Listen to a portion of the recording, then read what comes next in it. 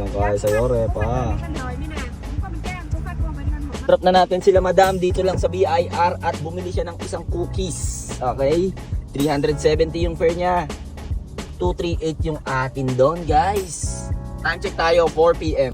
So yun guys, no, nandito ngayon tayo sa Intramuros. Hindi ko alam kung magsiset din. Nag-offline muna ako. Nag-offline muna ako kasi hindi ko pa alam kung magsiset destination na ba ako. Papunta doon sa Las Piñas kanina. Yung buwan naman ako kasi tinext ko siya, taga Carmona siya. Sabi ko, sir, uwi na ba kayo? Servicean ko na lang kayo. Eh sakto, nandito lang naman ako sa may Intramuros. Pwede na ako mag-set din. Papunta doon. Sabi niya, hindi pa daw niya alam kung anong oras daw matatapos yung chemotherapy ng kanyang mother. So, isip-isip muna tayo guys.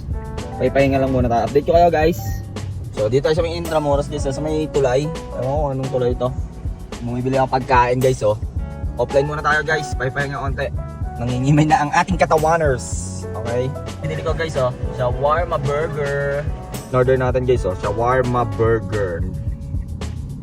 Bawal dito. Tara, sibat na tayo. Hanap tayo matatambay. Guys, habang nakain tayo dito, may passenger tayo. Fort Santiago, main entrance. Ang layo niya guys is, lapit lang guys, 480 meters.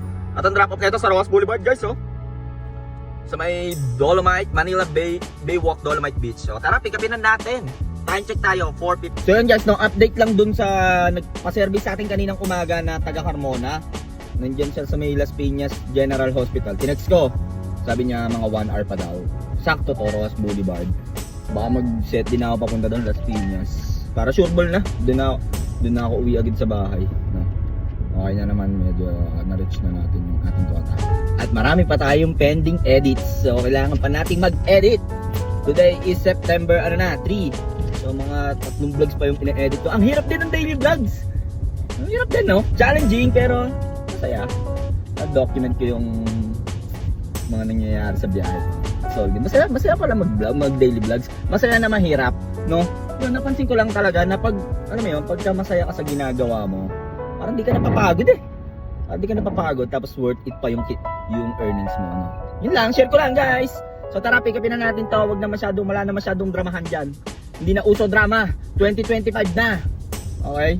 So tara, pick upin na natin to. Kung na yung mga passenger ko dito lang sa Dolomite Beach. So 188 yung fare nila, 136 yung atin. Waiting tayo ng next passenger guys. Di ko pa alam kung re-recta na ako sa Las Piñas.